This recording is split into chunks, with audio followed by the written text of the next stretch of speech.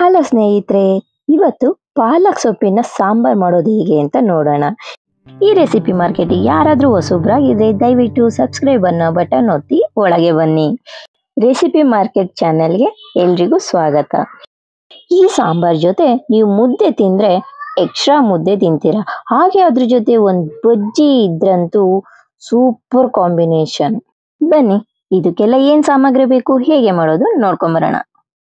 200 gram ತೊಗರಿಬೇಳೆ, ಸ್ವಲ್ಪ ಹುಣಸೆಹಣ್ಣು, 4ರಿಂದ 5 ಹಸಿಮೆಣಸಿನಕಾಯಿ, 2 ಈರುಳ್ಳಿ ಮತ್ತು 2 ಟೊಮೊಟೊ ಕಟ್ ಮಾಡಿ ಇಟ್ಕೊಂಡಿದ್ದೀನಿ. ಹಾಗೆ ಒಗ್ಗರಣೆಗೆ ಸಾಸಿವೆ, ಜೀರಿಗೆ, ಜಜ್ಜಿರುವಂತಹ ಬೆಳ್ಳುಳ್ಳಿ, ಕರಿಬೇವು, ಸ್ವಲ್ಪ ಅರಿಶಿಣ, ಅದ್ರ ಜೊತೆಗೆ ಸ್ವಲ್ಪ ಘಮ ಅನ್ನಿಸೋ ಇಂಗು. ಇಷ್ಟು ಸಾಕು. ಇಲ್ಲಿ ನಾನು ಒಂದು ಕಟ್ಟು ಪಾಲಕ್ ಸೊಪ್ಪನ್ನ ತೊಳೆದು ನೀಟಾಗಿ ಇಟ್ಕೊಂಡಿದ್ದೀನಿ. ನೋಡ್ತಾ ಇರ್ಬೋದು, ತುಂಬ ಫ್ರೆಶ್ ಆಗಿ ಕಾಣಿಸ್ತಾ ಇದೆ. ಇದನ್ನ ಫಸ್ಟ್ ಕಟ್ ಮಾಡ್ಕೊಳ್ಳೋಣ.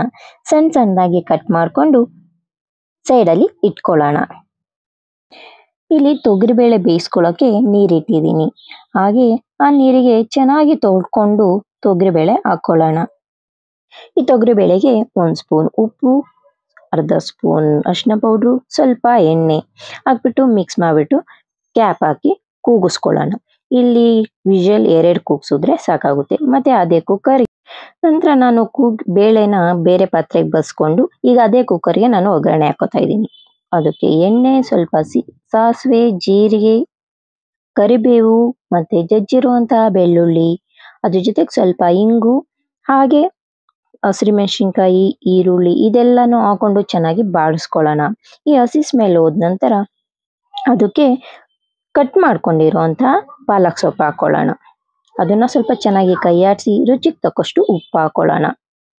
ಫಸ್ಟೇ ನಾವು ಬೇಳೆಗೆ ಉಪ್ಪು ಹಾಕಿರೋದ್ರಿಂದ ಇಲ್ಲಿ ಸೊಪ್ಪಿಗಷ್ಟೇ ಉಪ್ಪು ಹಾಕಬೇಕಾಗುತ್ತೆ. ಇದು ಸ್ವಲ್ಪ ಫ್ರೈ ಆದ ನಂತರ ಕಟ್ ಮಾಡ್ಕೊಂಡಿರೋಂಥ ಟೊಮೊಟೊ ಹಾಕ್ಕೊಳ್ಳೋಣ. ಇಲ್ಲಿ ಟೊಮೊಟೊ, ಈರುಳ್ಳಿ ಎಲ್ಲ ನಾನು ದಪ್ಪಾಗಿ ಕಟ್ ಮಾಡ್ಕೊಂಡಿದ್ದೀನಿ. ನಿಮಗೆ ಬೇಕು ಅಂದರೆ ಸಣ್ಣದಾಗೂ ಕಟ್ ಮಾಡ್ಕೊಬೋದು. ಅದ್ರ ಜೊತೆಗೆ ನಾನು ಇಲ್ಲಿ ಸ್ವಲ್ಪ ಅರಿಶಿನ ಪೌಡ್ರ್ ಹಾಕ್ತಾ ಇದ್ದೀನಿ. ಇಲ್ಲಿ ನೀವು ಆಪ್ಷನಲ್ಲೂ ಹಾಕೋಬೋದು, ಬೇಡ ಅಂದರೆ ಸಾಕು, ಏಕೆಂದರೆ ಅಲ್ಲೂ ಹಾಕಿರ್ತೀವಿ. ಇದೆಲ್ಲ ಫ್ರೈ ಆದ ನಂತರ ತೊಗರಿಬೇಳೆ ಬೇಯಿಸ್ಕೊಂಡಿದ್ವಲ್ಲ ಅದನ್ನು ಬೇರೆ ಕಡೆ ಬೌಲಿಗೆ ಹಾಕೊಂಡಿದ್ವಿ. ಅದನ್ನು ಮತ್ತೆ ಇದಕ್ಕೆ ಹಾಕೊಳ್ಳೋಣ. ಹಾಕೊಂಡು ಚೆನ್ನಾಗಿ ಕೈ ಆಡ್ಸೋಣ. ಸ್ವಲ್ಪ ಅದಕ್ಕೀಗ ನಾನು ಹುಣಸೆ ಹುಳಿ ಹಾಕೊಳ್ಳೋಣ. ಹಾಕೊಂಡು ಮತ್ತೆ ಚೆನ್ನಾಗಿ ಕೈ ಆಡ್ಸೋಣ, ಬೇಯಕ್ಕೆ ಬಿಡೋಣ. ಈಗ ನೋಡ್ತಿರ್ಬೋದು, ಸ್ವಲ್ಪ ಹೊತ್ತು 1-2-3 ಮಿನಿಟ್ಸ್ ಬಿಟ್ಟರೆ ಈ ಥರ ಕುದಿ ಬರುತ್ತೆ. ಈಗ ಸಾಂಬಾರ್ ರೆಡಿ ಆಗಿರುತ್ತೆ. ಚೆನ್ನಾಗಿ ಬೆಂದ ನಂತರ ನೋಡ್ತಿರ್ಬೋದು, ಸ್ಮೆಲ್ ಕೂಡ ಅಷ್ಟೇ ಚೆನ್ನಾಗಿರುತ್ತೆ. ಹಾಗೆ ಕಲರ್ಫುಲ್ ಆಗೋ ಕಾಣಿಸ್ತದೆ. ಕನ್ಸಿಸ್ಟೆನ್ಸಿ ಕೂಡ ಚೆನ್ನಾಗಿದೆ, ರೆಡಿಯಾಗಿದೆ. ಈಗ ಸರ್ವಿಂಗ್ ಬೌಲ್ಗೆ ಸರ್ವ್ ಮಾಡ್ಕೊಳ್ಳೋಣ.